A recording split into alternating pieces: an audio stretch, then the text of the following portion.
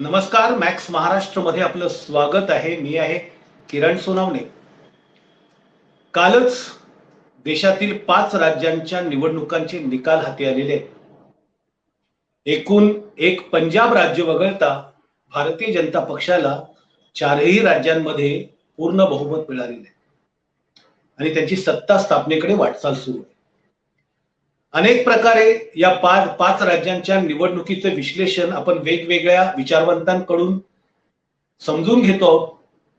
आज आपल्यासोबत उत्तर प्रदेशातून जोडले गेलेले आहेत बामसेपचे राष्ट्रीय अध्यक्ष, ज्यांच्या 14च्या वर वेगवेगळ्या प्रकारच्या संघटना आहेत. त्याचे प्रमुख वामन मेश्राम सर आपल्यासोबत जोडले गेलेले आहेत. वामन मेश्राम सर, स्वागत आहे तुमचं मॅक्स महाराष्ट्रमध्ये. धन्यवाद. वामन मेश्राम सर जवळपास गेले 25-30 वर्ष झाले भारतीय राजकारणाचा अतिशय सखोलपणे अभ्यास करतायत. त्यामुळे त्यांच्याकडनं आपण जाणून घेणार आहोत की मेश्राम सर, 5 राज्याच्या निवडणुकांचे निकाल हाती आलेले आहेत. 4 राज्यांमध्ये भाजपला पूर्ण बहुमत मिळालेले आहे, एकामध्ये आपला बहुमत मिळाले. तुमची पहिली प्रतिक्रिया त्याच्यावरती काय? सर्वप्रथम मैं यह बताना चाहता हूं कि भाजपा का जो विजय है वो विजय निर्विवाद है, इसे मैं मानने के लिए बिल्कुल भी तैयार नहीं।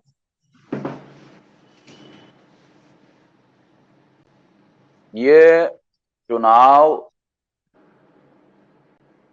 फ्री, फेयर एंड ट्रांसपेरेंट चुनाव है, इसे मानने के लिए मैं बिल्कुल तैयार नहीं। और इसकी दो बड़ी वजह है। एक,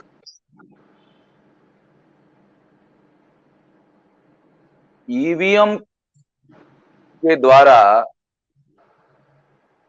चुनाव में घोटाला किया जा सकता है, इस बात को सुप्रीम कोर्ट ने स्वीकार किया 8 अक्टूबर 2013 को। और फ्री, फेयर एंड ट्रांसपेरेंट चुनाव करवाने के लिए पेपर ट्रेल मशीन लगाने का आदेश दिया।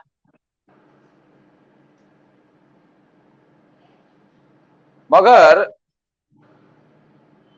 चुनाव आयोग ने 2014, 2015, 2016 में पेपर ट्रेल मशीन नहीं लगाया। इसलिए ये मामला सुप्रीम कोर्ट के आदेश का कंटेम्प्ट है। ये न्यायपालिका सुप्रीम कोर्ट की अवमानना है। यह केस मैं लेकर गया था 2016 को सुप्रीम कोर्ट में, और सुप्रीम कोर्ट ने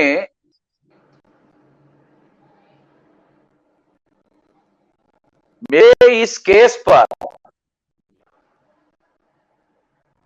2017 के चुनाव के पहले निर्णय देने के बजाय 2017 का उत्तर प्रदेश का विधानसभा चुनाव संपन्न होने के बाद 24 अप्रैल 2017 को जजमेंट दिया। वो जजमेंट उन्होंने मेरे फेवर में दिया। यदि 2016 में मैं केस लेकर गया था और ये जजमेंट 2016 में दिया गया होता, तो 2017 के विधानसभा चुनाव में पेपर ट्रेल मशीन लगाना पड़ता और रिकाउंटिंग करना पड़ता। इस वजह से वो निर्णय उत्तर प्रदेश के विधानसभा चुनाव का रिजल्ट आने के 1 महीना बाद दिया गया, ताकि उत्तर प्रदेश के विधानसभा चुनाव में पेपर ट्रेल मशीन लगाई ना जा सके। पहली बात तो ये सारे देश के लोगों को जानना और समझना होगा। ओके। दूसरी बात बहुत अहम है, जब ये निर्णय, सोनवनी जी, हाँ हाँ बोलिए, जब ये निर्णय मेरे फेवर में आया 17 में, तो सेंटर में बीजेपी की गवर्नमेंट थी और नरेंद्र मोदी प्रधानमंत्री थे। और नरेंद्र मोदी के द्वारा कांग्रेस को यह कहा गया कि आप लोगों ने 2004-2009 को ईवीएम में घोटाला करके चुनाव जीता था, और इस मुद्दे पर हमारा बीजेपी का, आपका, आरएसएस का समझौता हुआ था। ये समझौता इसलिए हुआ था क्योंकि आडवाणी जी ने इसे उठाने का निर्णय कर लिया था। डेमोक्रेसी एट ए रिस्क नाम के किताब की प्रस्तावना में ये बात उन्होंने लिख दी थी। लिखित डॉक्यूमेंट्री एविडेंस है हमारे पास। ओके। हाँ। और इस पर आडवाणी जी सारे देश भर में रथ यात्रा निकालने वाले थे। तो कांग्रेस को लगा कि इससे सारे देश भर में भूचाल आ जाएगा और कांग्रेस के जिला जिला दफ्तरों में आग लग जाएगी। इसलिए कांग्रेस के तरफ से समझौता का प्रस्ताव बीजेपी और आरएसएस को दिया गया और ये कहा गया कि 2004-2009 में जब आप सुप्रीम कोर्ट में सारे डॉक्यूमेंट्री एविडेंस लेकर गए हैं डॉक्टर सुब्रमण्यम स्वामी के द्वारा, तो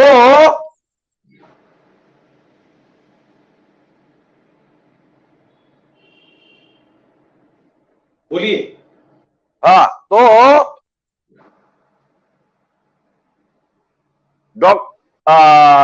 ये डॉक्यूमेंट्री एविडेंस आप लोगों के पास है।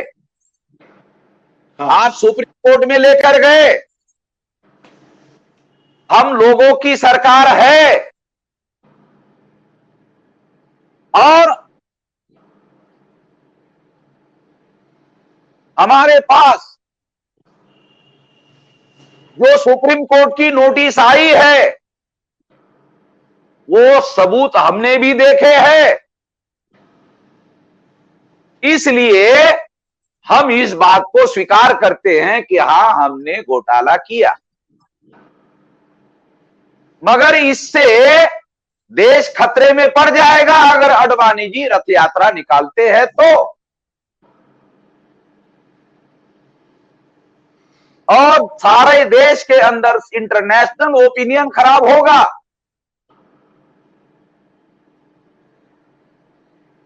देश खतरे में पड़ जाएगा। ये नहीं होना चाहिए। तो आपको आडवाणी जी को रोकना होगा। तो बीजेपी के नेताओं ने कहा कि आडवाणी जी को हम नहीं रोक लगा सकते, आरएसएस के लोग लगा सकते हैं। तो आरएसएस के साथ कांग्रेस के लोगों ने समझौता किया और समझौता करने के बाद समझौता ये हुआ कि ठीक है, आडवाणी जी की रथ यात्रा हम रोकते हैं। ईवीएम के विरोध की रथ यात्रा हम रोकते हैं, हमें क्या फायदा होगा? तो कांग्रेस ने कहा आप 2014 का चुनाव घोटाला करके जीतो, हम ऑब्जेक्शन नहीं लेंगे, समर्थन करेंगे, क्योंकि सरकार हमारी है, चुनाव कमिश्नर हमने बनाया है, हम आपका समर्थन करते हैं।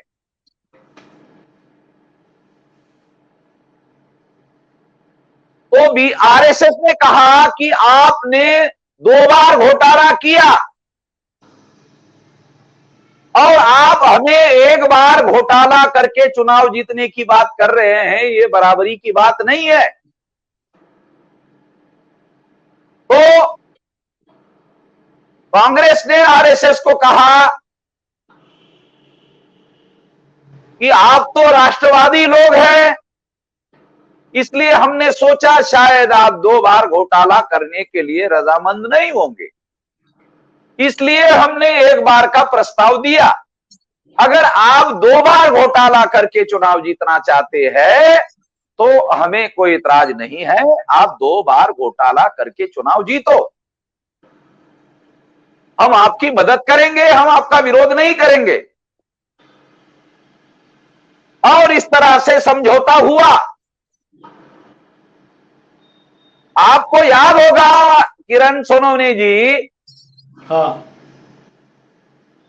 अटल बिहारी वाजपेयी से अडवाणी की तबीयत ज्यादा बेहतर थी, फिर भी आरएसएस ने वेटो पावर का इस्तेमाल करते हुए अडवाणी को चुनाव से रिटायर करवाया। याद है ना आपको? हाँ बोलिए। अडवाणी जी को रिटायर करवाया और नरेंद्र मोदी को, एक बैकवर्ड आदमी को प्रधानमंत्री पद का कैंडिडेट बनाया, ताकि घोटाले से चुनाव जब जीता जाएगा तो हम ये प्रचार करेंगे कि ओबीसी के 52% लोग हैं और 52% लोगों ने ओबीसी का आदमी प्रधानमंत्री बनाने के लिए हमें वोट दिया, इस वजह से हमने चुनाव जीता। ऐसा घोटाले पर पर्दा डाला जा सके। आरएसएस ने गोवा कॉन्फ्रेंस में अडवाणी को वेटो पावर के द्वारा रोक लगाई और हस्तक्षेप किया और वहां नरेंद्र मोदी को प्रधानमंत्री पद का कैंडिडेट घोषित किया। और दूसरी बात आपको कहना चाहता हूं, हाँ बोलिए। हमारे देश में प्रेसिडेंशियल फॉर्म ऑफ गवर्नेंस नहीं है, इसलिए प्रधानमंत्री पद का उम्मीदवार पहले घोषित नहीं किया जाता, वो सांसदीय दल को बहुमत मिलने के बाद प्रधानमंत्री पद के लिए बहुमत दल का नेता चुना जाता है। ये संवैधानिक व्यवस्था है और जो बहुमत दल का नेता होता है वो राष्ट्रपति को मिलता है कि मुझे संसदीय दल का नेता चुना गया है, मुझे प्रधानमंत्री पद के लिए नॉमिनेट किया जाए। मगर आरएसएस ने नरेंद्र मोदी को प्रधानमंत्री पद का कैंडिडेट घोषित किया। क्यों? क्योंकि भाजपा का जो सेंट्रल संगठन था उसमें सेकंड लाइन की सारी लीडरशिप अडवाणी जी के द्वारा तैयार की गई थी और उन्हीं लोगों को टिकट देना पड़ता था। तो बहुमत में अगर बीजेपी चुनकर आती है तो ये खतरा था कि कहीं वो चुनाव जीतने के बाद अडवाणी को प्रधानमंत्री पद का कैंडिडेट ना चुन ले। इसलिए आरएसएस ने चुनाव के पहले ही प्रधानमंत्री पद का कैंडिडेट नरेंद्र मोदी को घोषित किया। आप लोगों को, आप पत्रकार लोग हैं, आप थोड़ा याद करो, आपके रिकॉर्ड में भी हो सकता है। मैं तो रिकॉर्ड रिकॉर्ड देखे बगैर सारा मेरे मेमोरी में और कंप्यूटराइज हो जाता है। ओके। पूरे डाटा के साथ, सबूत के साथ बोल रहा हूं।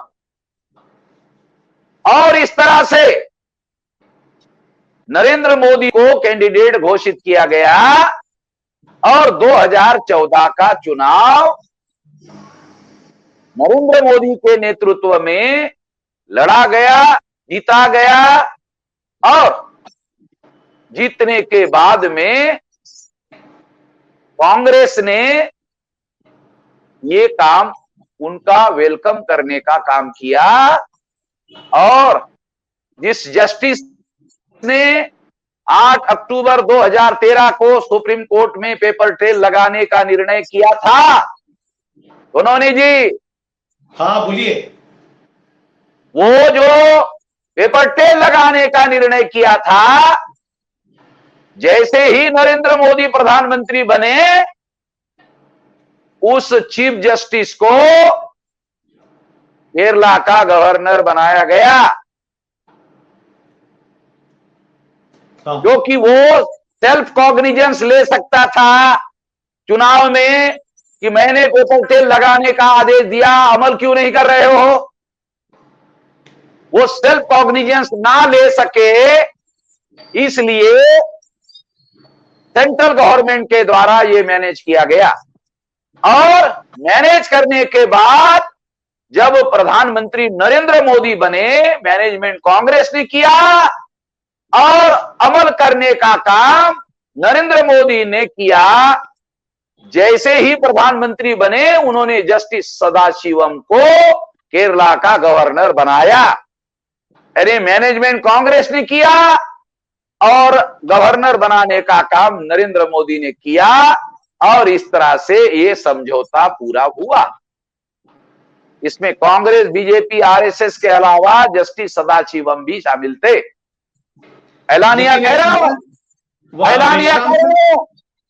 मेश्राम सर, आपको ये जो बात मैं कह रहा हूं, अब एक बात कहा ना, दूसरा तो सबूत बताया नहीं अभी। हाँ, एक सबूत दिया ना, पूरे क्रोनोलॉजी के साथ सबूत दिया ना, अभी दूसरा सबूत सुन लो। ओके। अभी होता क्या है कि ईवीएम के द्वारा घोटाला किया जाता है और सारा मैनेजमेंट जो है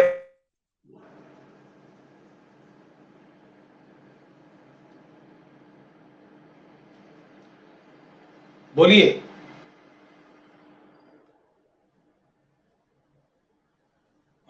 वामन मेश्राम सरांचा आणि आपला इंटरनेटचा काहीतरी इश्यू असल्यामुळे त्यांच्याशी आपला संपर्क तुटलेला आहे।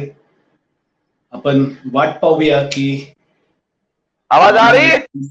हाँ आ रही, बोलिए।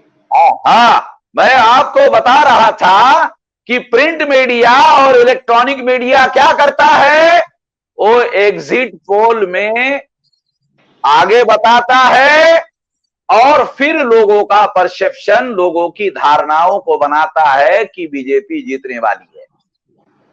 रिजल्ट आने के पहले ही, 3 दिन पहले ही बता देता है और 3 दिन तक वो उसके लिए अनुकूल माहौल बनाते रहता है मीडिया। और इस तरह से ये मीडिया एक सारा काम करता है। 2019 के चुनाव में 60,000 करोड़ रुपया खर्चा हुआ, एडीआर का रिपोर्ट है। उसमें अकेले बीजेपी ने 27,000 करोड़ रुपया खर्चा किया। सोनोनी जी, हाँ बोलिए। 27,000 करोड़ रुपया 2014 के चुनाव में बीजेपी ने खर्चा किया था। हाँ, नहीं, 2019 के चुनाव में। तो मैं आपको बताना चाहता हूं, क्या आपको पता है कि ऑक्सफोर्ड का रिपोर्ट में यह रिपोर्ट आया है कि 2 साल पहले, कोविड के 2 साल पहले, ये कोविड पीरियड के अंदर उद्योगपतियों की संपदा 23 लाख करोड़ थी, 2 साल में 53 लाख करोड़ हो गई है। बराबर। ये डाटा है वर्ल्ड लेवल का। ये 53 लाख करोड़ जिनको फायदा गया, राष्ट्र की संपत्ति बेची, उन लोगों ने 20,000 करोड़ रुपया मीडिया मैनेजमेंट के लिए, उत्तर प्रदेश के मीडिया को मैनेज करने के लिए, पेड न्यूज के लिए 20,000 करोड़ रुपया खर्चा किया। और रिजल्ट आने के पहले ही ये ओपिनियन बनाया कि बीजेपी इतनी सीटें जीतने वाली है। ये सारा खेल ना समझ लोगों के समझ में नहीं आता है। जिन लोगों को समझ में आता है वो लोग मीडिया से बहिष्कृत है। हमारी तो सिंगल लाइन वो लोग छापते नहीं है, तो किस आधार पर इलेक्ट्रॉनिक मीडिया और प्रिंट मीडिया जो है वो फ्री फेयर एंड ट्रांसपेरेंट है ऐसा माना जा सकता है? किस आधार पर माना जाए कि मीडिया जो है वो निष्पक्ष है? मैं तो मीडिया के विरोध में सुप्रीम कोर्ट में केस लेकर जा रहा हूं सारे सबूतों के साथ।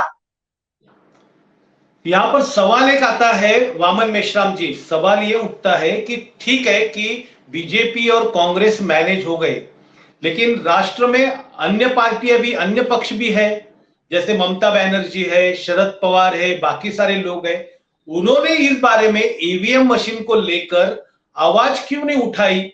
और वो अभी समझो आप बोल रहे हैं कि उत्तर प्रदेश में भाजपा ईवीएम घोटाला करके आई, तो पंजाब में आप कैसे चुनकर आई?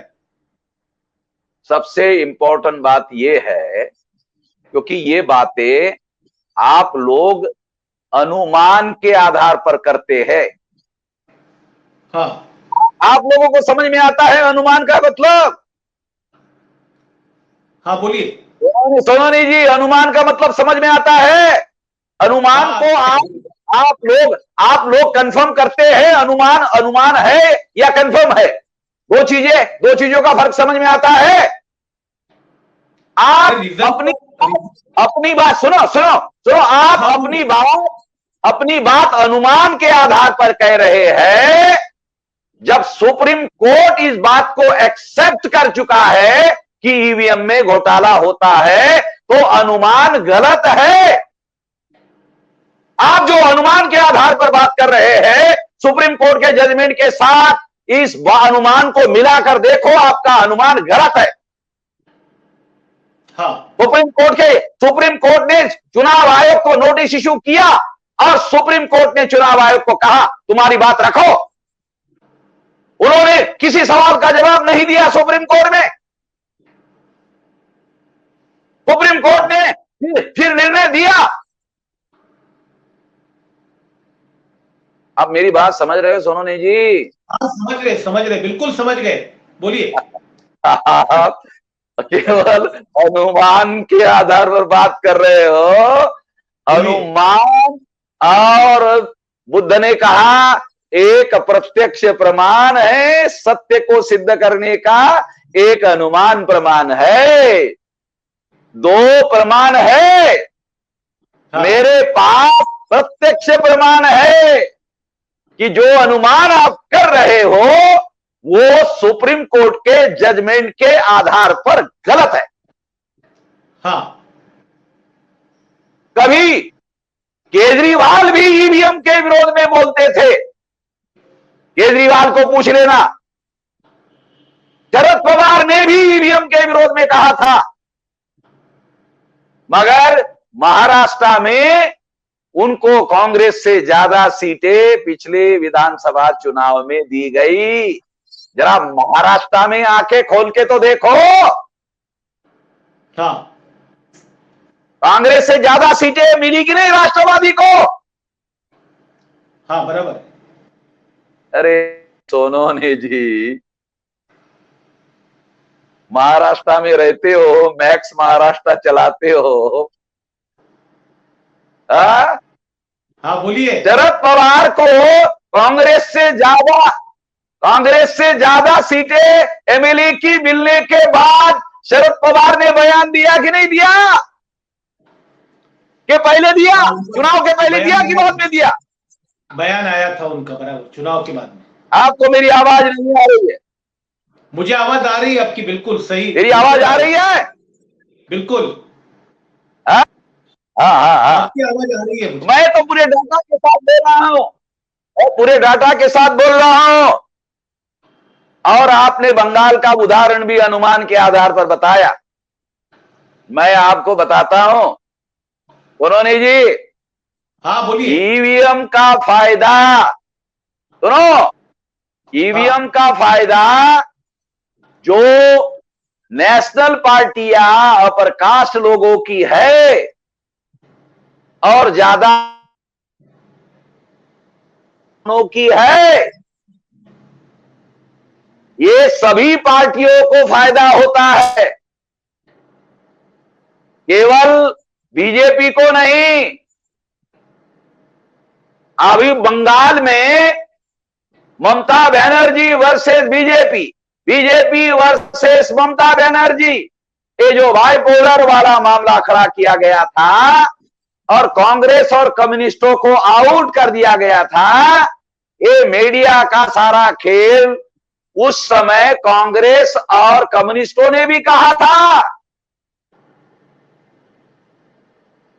बंगाल के बारे में जानकारी नहीं है? हाँ बोलिए। आप लोगों को सारे देश पर नजर रखनी चाहिए।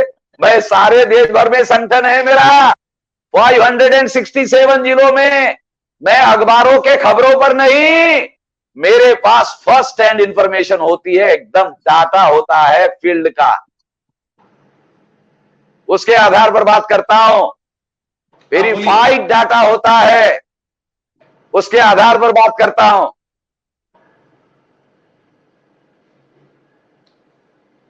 लेकिन फिर ये आप जो सुप्रीम ईवीएम, कोर्ट के जजमेंट को, आप सुप्रीम कोर्ट के जजमेंट को कैसे नकार सकते हैं? नहीं, मैं क्यों, कोई भी नहीं नकार सकता। कैसे नकार सकते हैं? आप सुप्रीम कोर्ट के जजमेंट को नकार कैसे सकते हैं? नहीं, कोई नहीं नकार सकता है। आपको जजमेंट कॉपी, जजमेंट आपको कॉपी चाहिए?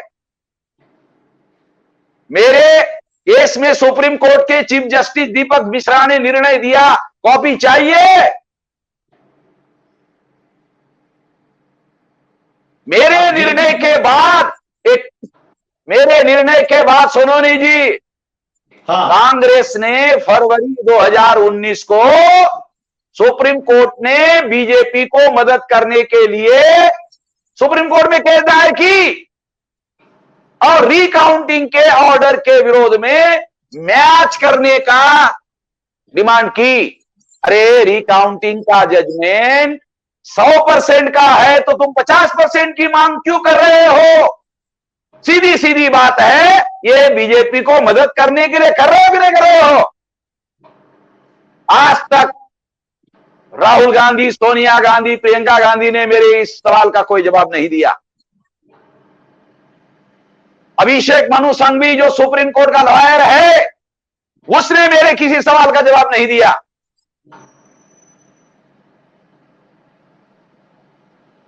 और मेरी सुप्रीम कोर्ट में केस पेंडिंग है। सुप्रीम कोर्ट अभी ओपन नहीं हुआ है।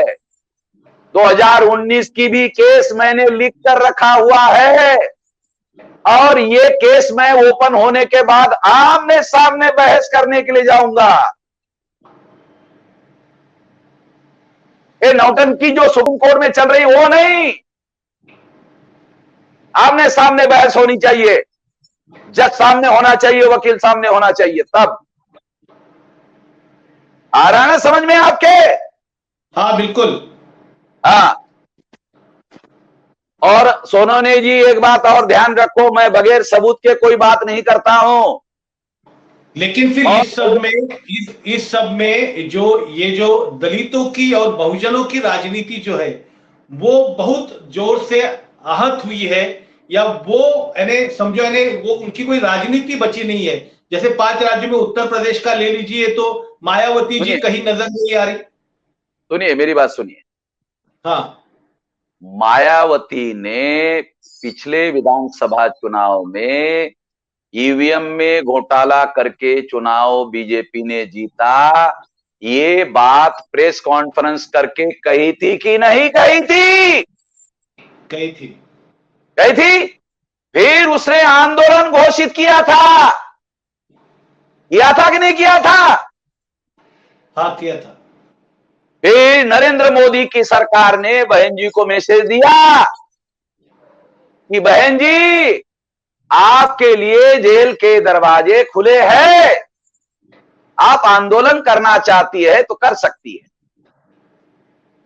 और बहन जी ने आंदोलन पीछे ले लिया। उन्होंने जी, हाँ बोलिए ना। हाँ, पीछे ले लिया। तो ये भ्रष्ट लोग जो है ये लड़ाई नहीं लड़ सकते, इनकी फाइलें हैं सेंट्रल गवर्नमेंट के पास। तो महाराष्ट्र में प्रकाश अंबेडकर जी भी इस बारे में कुछ बात कर रहे हैं। प्रकाश अंबेडकर, हाँ, भीमा कोरेगांव के आंदोलन के दौरान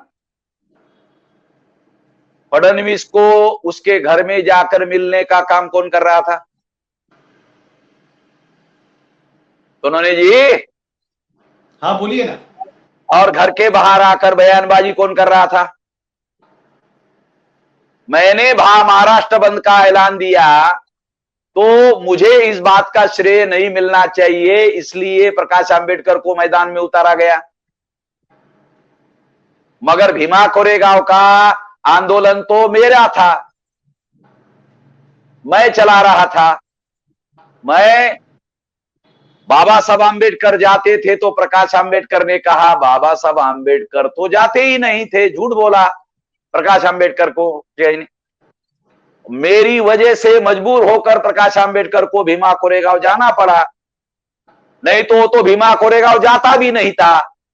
और वहां जाकर नौटंकी किया, ओपन गाड़ी में घूमने का काम किया, उधर वो उसको श्रद्धांजलि अर्पण करने के बजाय नौटंकी करने का काम किया। और उसके बाद में लोकसभा के चुनाव में और विधानसभा के चुनाव में क्या हुआ? लोकसभा के चुनाव में कितने वोट पड़े और विधानसभा के चुनाव में कितने वोट पड़े? क्या क्रेडिबिलिटी कितनी बची है प्रकाश अंबेडकर की? कितनी क्रेडिबिलिटी बची हुई है? कोई क्रेडिबिलिटी है? बाबा साहब अंबेडकर का पोता बाबा साहब अंबेडकर ने यशवंतराव अंबेडकर और उनके घराने के बारे में रिटर्न लेटर लिखा, पता है कि भविष्य में इनके घराने के साथ मेरा कोई संबंध नहीं रहेगा। बाबा साहब को मालूम था कि ये मेरे ऊपर कलंक लगाने का काम करेंगे। बाबा साहब अंबेडकर दूरदृष्टि के नेता थे, इसलिए लेटर लिखकर संबंध विच्छेद किया। पता है क्या? क्या लेटर भेजू क्या बाबा साहब का? नहीं, क्या बाबा साहब अंबेडकर का लेटर भेजू? नहीं, लेकिन क्या संबंध विच्छेद किया था?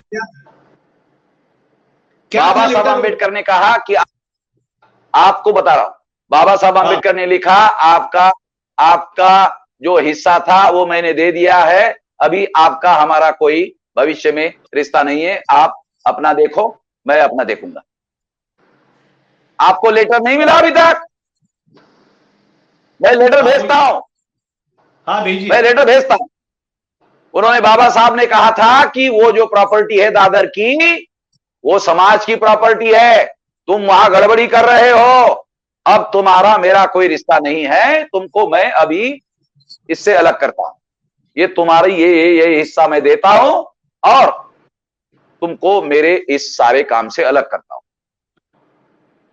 ये रिटर्न लेटर है। जब वो दादर के प्रॉपर्टी में और वहां बाबा साहब के अनुपस्थिति में जो काम देखता था, वो उसके काम में दखलंदाजी देने का काम करता था। उसने कंप्लेंट किया था बाबा साहब को रिटर्न में।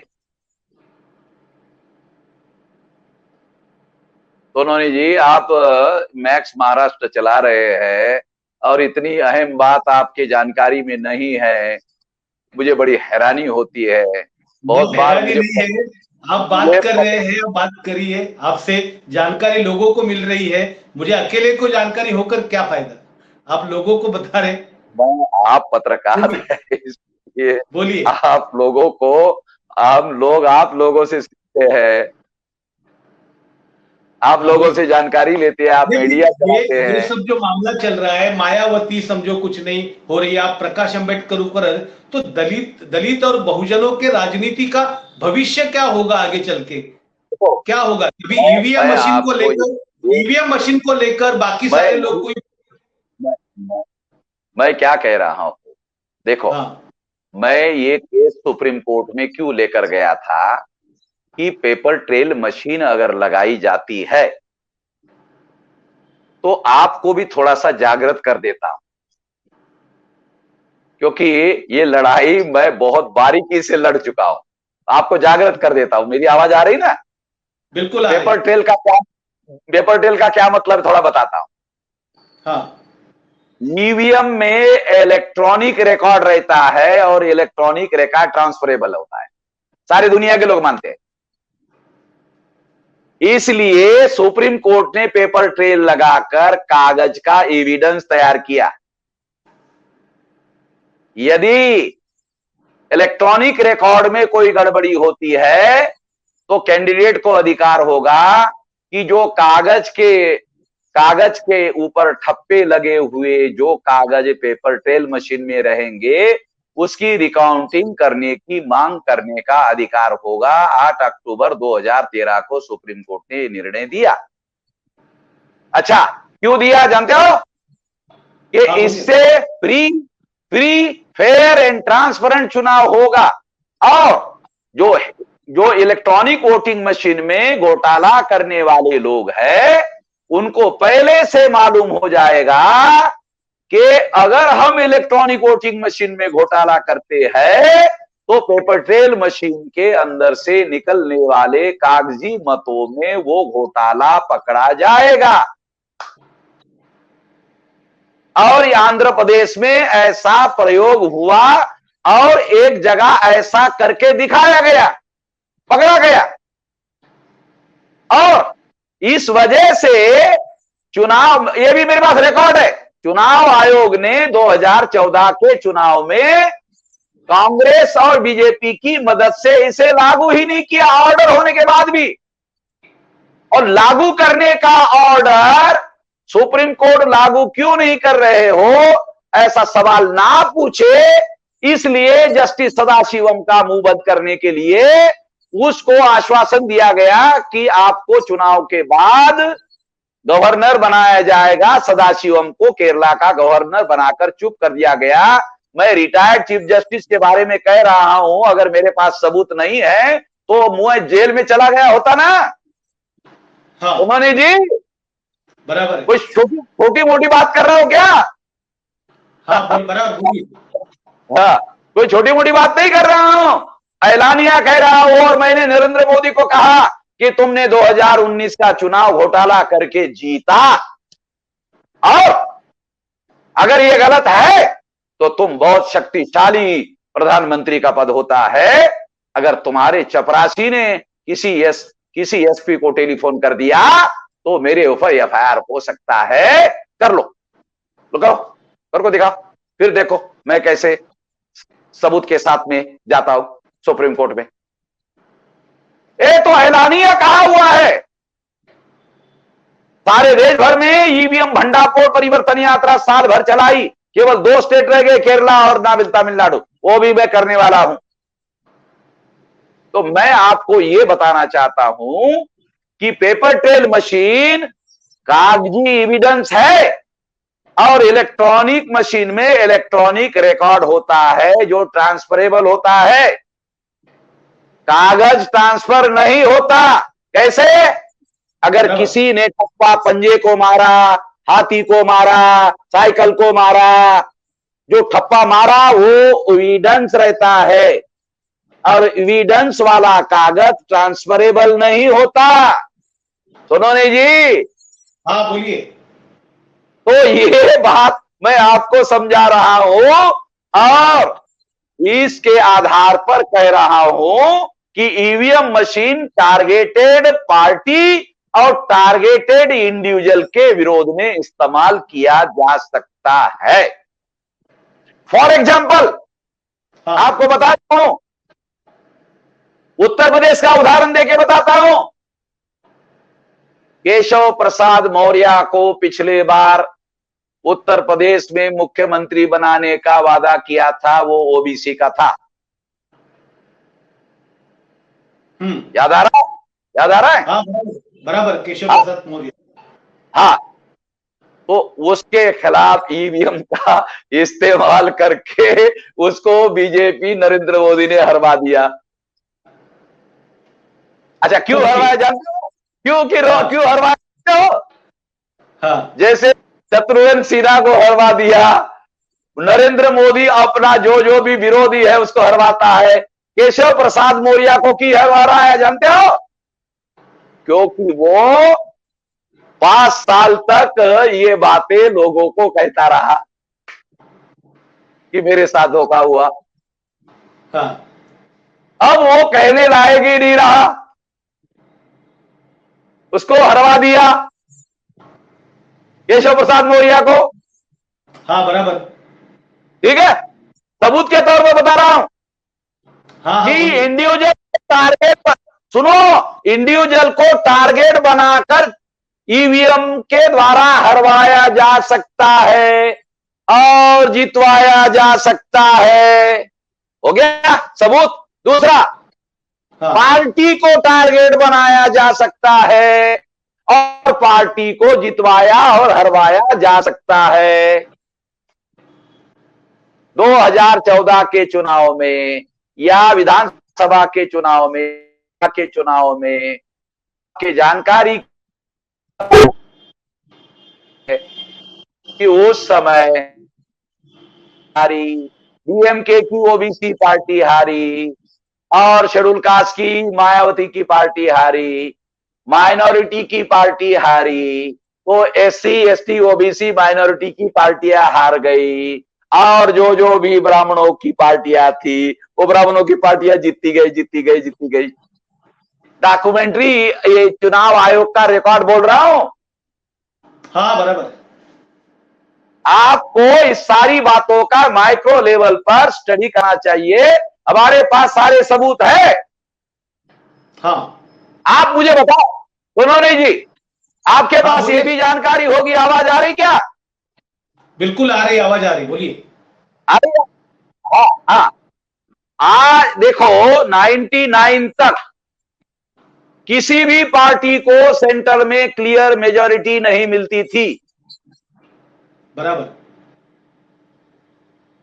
2004 के बाद देखो परिस्थितियां कैसे बदल गई। 2004 के बाद जो तीसरा मोर्चा है आउट हो गया। 2004 के बाद 2009 के और 2014 के बाद तो तीसरा मोर्चा 0 हो गया, कहां गायब हो गया भारत की राजनीति में। ऐसा कैसे हो गया? जो बैलेट पेपर में होता था वो ईवीएम मशीन में कहां गायब हो गया? क्यों गायब हो गया? नहीं, फिर वामन मेश्राम जी, ये बात आपको समझ में आ रही है, आप इतने सालों से बोल रहे हैं, तो फिर लोगों को क्यों नहीं समझ में आ रही है? बाकी नेताओं को क्यों नहीं समझ में आ रही है? क्या कारण है? बहुत अच्छा सवाल पूछा आपने। इस देश का मास मीडिया जनता को जगाने का काम करने के लिए है ना। सारे दुनिया में, भारत में जो इलेक्ट्रॉनिक मीडिया है और प्रिंट मीडिया है, क्या आपके पास कोई सबूत है कि ईवीएम के बारे में प्रोस एंड कॉन्स, विरोध या समर्थन, दोनों की कोई बातें जनता को मीडिया ने बताई? दोनों तरफ की बातें बताई क्या? सुप्रीम कोर्ट का 8 अक्टूबर 2013 का निर्णय की खबर मीडिया ने फ्रंट पेज पर छापी, पीछे पे अखबार में छापी, लास्ट पेज पे छापी, 2 लाइन में छापी। खबर को सुप्रीम कोर्ट के जजमेंट की ब्लैकआउट क्यों किया? मैंने प्रेस काउंसिल ऑफ इंडिया में कंप्लेंट किया कि आप इसकी जांच करो, मेरी कंप्लेंट है। मेरी प्रेस काउंसिल ऑफ इंडिया जांच ही नहीं कर रहा है। प्रेस काउंसिल ऑफ इंडिया के विरोध में मैं सुप्रीम कोर्ट भी जा रहा हूं कि जांच करने का ऑर्डर दो कि इन्होंने सुप्रीम कोर्ट का जजमेंट का कॉपी खबर क्यों नहीं छापी। सुप्रीम कोर्ट ने निर्णय दिया, जजमेंट दिया, उसकी खबर क्यों नहीं छापी। वामन मेश्राम को आप ब्लैकआउट कर रहे हो, सुप्रीम कोर्ट को ब्लैकआउट क्यों कर रहे हो? सुप्रीम कोर्ट को ब्लैकआउट क्यों कर रहे हो? जनता को इसके बारे में जगाने का काम क्यों नहीं कर रहे हो? मास मीडिया अपनी नेशनल ड्यूटी निभाने का काम क्यों नहीं कर रही है? जब मास मीडिया जगाने का काम नहीं करेगी तो मासेस जागरूक कैसे होगा? ये जो नेशनल मीडिया है किरण सोलोने जी, ये जो नेशनल मीडिया है ये एंटी नेशनल मीडिया है, ये राष्ट्रद्रोही मीडिया है। और मीडिया वालों को अगर दुख लगता है तो मेरे खिलाफ केस दायर कर दे। मैं खुद ही सुप्रीम कोर्ट में जा रहा हूं उन लोगों के खिलाफ में कि ये कोई इंडस्ट्रियल लाइसेंस के तहत पेपर नहीं चलाया जाता। संविधान के article 19 freedom of speech and freedom of expression के तहत इनको अनुमति मिली हुई है। ये कोई धंधा करने का काम नहीं है। धंधा करने के लिए मीडिया नहीं है, ये धंधा करने का काम कर रहे हैं। जैसी वेश्या करती है और अपना शरीर बेचती है, ये लोग भी बेच रहे हैं, अपने अपने पन्ने जो है बेच रहे हैं और पेड न्यूज जो है छाप रही है, देशद्रोह का काम कर रहे हैं। तो इसका आगे क्या है? इसका आगे क्या होगा? अभी आगे क्या चलेगा? क्योंकि आप तो देख रहे हैं कि लगातार सोनो जी, बात तो आपकी सही है। 7 तारीख को आखिरी वोट पड़ा यूपी में। हाँ, 8 तारीख को हमने भारत बंद का ऐलान कर दिया। 10 मुद्दों के विरोध में भारत बंद का ऐलान किया। 25 मई को भारत बंद होगा। और इसके पहले मैंने 2 बार भारत बंद किया था। 13 पॉइंट रोस्टर के विरोध में 200 पॉइंट रोस्टर लागू करना चाहिए, नरेंद्र मोदी को मजबूर कर दिया। हाँ, संविधान संशोधन करना पड़ा। मेरी ताकत जानते हो ना, 567 जिलों में है, 31 राज्यों में भारत बंद करवा दिया। और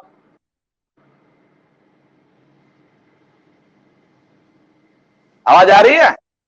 बिल्कुल आ रही, बिल्कुल आ रही, बोलिए। सुनो जी, आवाज आ रही है? हाँ, बिल्कुल आ रही है सर, बोलिए। सुनो जी, आवाज आ रही है। वामन मेश्राम सर, आपकी आवाज आ रही है मुझे पूरी, लोगों को भी आ रही है, मुझे भी आ रही है, बोलिए। आवाज आ रही है? हाँ, बिल्कुल, बोलिए सर। आवाज आ रही क्या? हाँ, बिल्कुल आ रही है, बोलिए। हाँ, मैं ये कह रहा हूं कि ये जो मीडिया वाले लोग हैं, ये मीडिया वाले लोग जो है ये सारी बातें पर्दा डालने का काम कर रहे हैं। उसके खिलाफ में मैं सुप्रीम कोर्ट जा रहा हूं। और मैं ये कहना चाहता हूं कि ये जो मीडिया के अंदर जो देशद्रोह का काम चल रहा है, ये देशद्रोह का काम जो है उसके सारे सबूत लेकर के मैं जा रहा हूं। ये संविधान के आर्टिकल 19 के तहत इनको मिला हुआ है अधिकार। ये न्यूज बेचने का मतलब है वेश्याओं की तरह शरीर बेचने का काम। ये वेश्याओं की तरह काम कर रहे हैं। वो कागज बेच रहे हैं, पेपर बेच रहे हैं, खबरें बेच रहे हैं, और वेश्याएं जो है शरीर बेचती है। क्या फर्क है? हाँ, बोलिए। और अगर उन लोगों को बुरा लगता है तो वो बुरा उनको लगता है तो मेरे खिलाफ कार्रवाई करें, मैं देखता हूं उन लोगों को। और मैंने 8 मार्च को भारत बंद का ऐलान किया। सुन रहे हो ना? हाँ, बिल्कुल। सोनाली जी, हाँ, बोलिए। भारत बंद 25 मई को, हाँ 25 मई को भारत बंद होगा। और 10 पॉइंट है उसमें, ईवीएम का मुद्दा भी है। ईवीएम का भी मुद्दा है भारत बंद के लिए। तो ये लड़ाई मैं लड़ूंगा जो आप कह रहे हैं कि फिर आगे क्या, ये मामला जब तक समाप्त नहीं होता, हैरान करने वाली बात है, जस्टिस गोगोई, रंजन गोगोई, हाँ, एक मैचिंग का निर्णय दिया रंजन गोगोई ने, मैचिंग का निर्णय रंजन गोगोई ने दिया 1% का। तो जानते हो क्यों दिया? सरकार ने उस औरत को उस पर आरोप लगवाया और जस्टिस रंजन गोगोई को ब्लैकमेल करके ये निर्णय किया। और ऑटोबायोग्राफी में रंजन गोगोई ने लिखा और रंजन गोगोई ने पब्लिक में बयान दिया, सुप्रीम कोर्ट में भी जनता को न्याय नहीं मिलता। ये संदर्भ में है, उसी संदर्भ में है। तो रंजन गोगोई ने ईवीएम मशीन के विरोध में भी अपना ही जजमेंट 8 अक्टूबर 2013 के अपने ही जजमेंट के विरोध में जजमेंट दिया। हैरान करने वाली बात है, जस्टिस सदाशिवम के साथ रंजन गोगोई दूसरे जज थे और जिस जजमेंट में वो शामिल थे 8 अक्टूबर 2013 को, उसी जजमेंट के विरोध में सुप्रीम कोर्ट के चीफ जस्टिस ने निर्णय दिया। क्या चल रहा है सुप्रीम कोर्ट में? तो मैं इसे सड़कों पर लेके जा रहा हूं।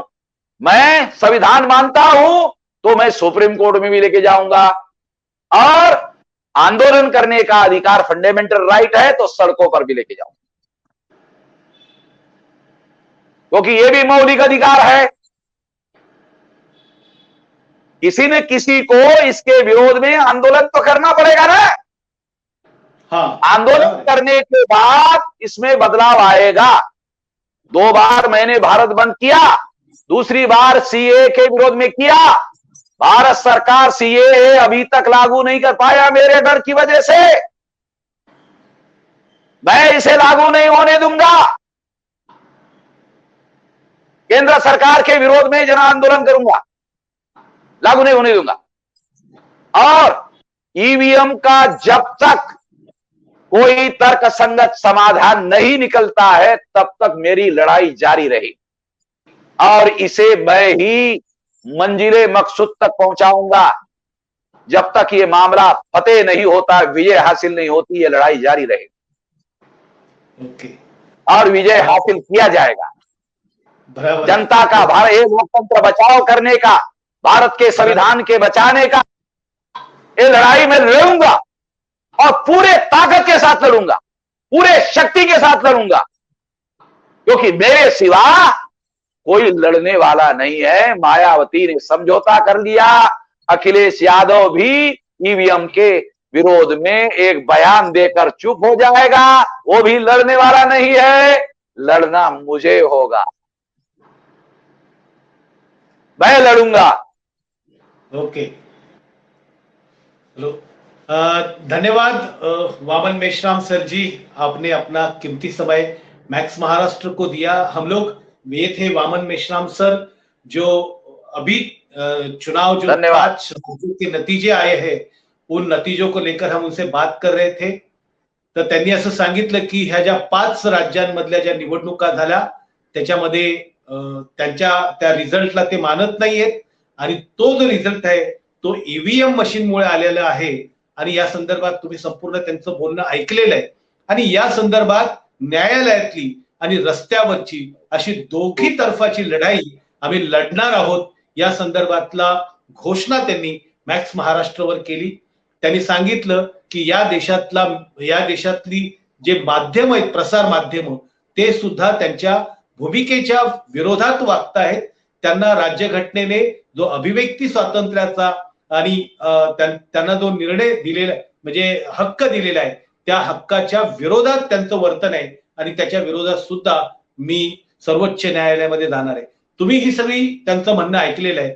तुम्हाला नेमकं याच्या संदर्भात काय वाटतं, तुम्ही नक्की कमेंट्स बॉक्समध्ये लिहा, आणि पाहत रहा मॅक्स महाराष्ट्र, आवाज महाराष्ट्राचा। धन्यवाद।